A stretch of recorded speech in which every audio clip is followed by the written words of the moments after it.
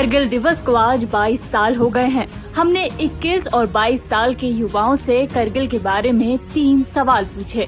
हैरान हम भी हैं, पर गलती इनकी नहीं है, बल्कि यह हमारी शिक्षा प्रणाली पर सवाल और कटाक्ष दोनों है। सुनिए। कुछ नहीं, पहली बार एक्चुअली सुन रही हूँ, if I am being honest. Social media पे सुना, उसी पे देखा, विकिपीडिया पे थोड़ा बहुत पढ़ा है, बट अभी बिल्कुल याद नहीं आ रहा, मुझे बिल्कुल भी याद नहीं आ रहा। कारगिल चाइना ने 1962 में अटैक किया था इंडिया पे। बॉर्डर इश्यूज थे सियाचिन ग्लेशियर पे। नहीं। राजस्थान, जैसलमेर के आसपास।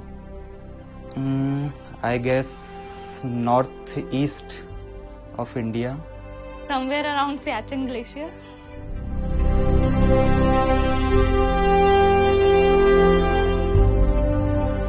इसमें पाकिस्तान ने पहल की थी, जिसमें हमारे इलाके में, ये खासकर लेह रीजन में उन्होंने, लद्दाख रीजन में उन्होंने घुसपैठ किया था, और ये बहुत बड़े तादाद में किया।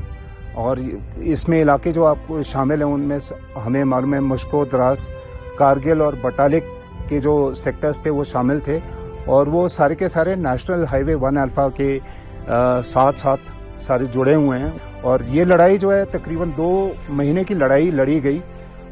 ये 26 मई को वॉर डिक्लेयर हुआ, और 26 जुलाई जो है बिल्कुल एग्जैक्टली 2 महीने के बाद ये लड़ाई खत्म हुई।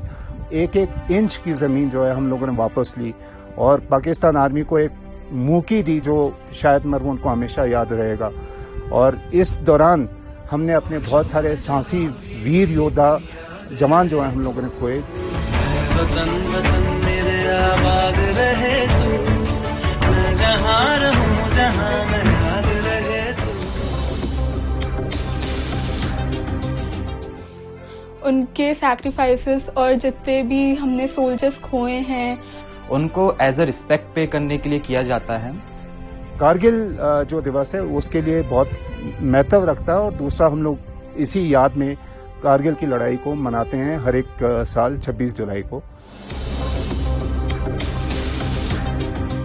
मेरा जो बहुत ही प्रिय साथी था हवलदार छेवांग रिक्सिन, उसको हम लोगों ने खोया, लेकिन उस लड़के का जो मोराल है बिल्कुल ही ऊंचा था उस समय भी।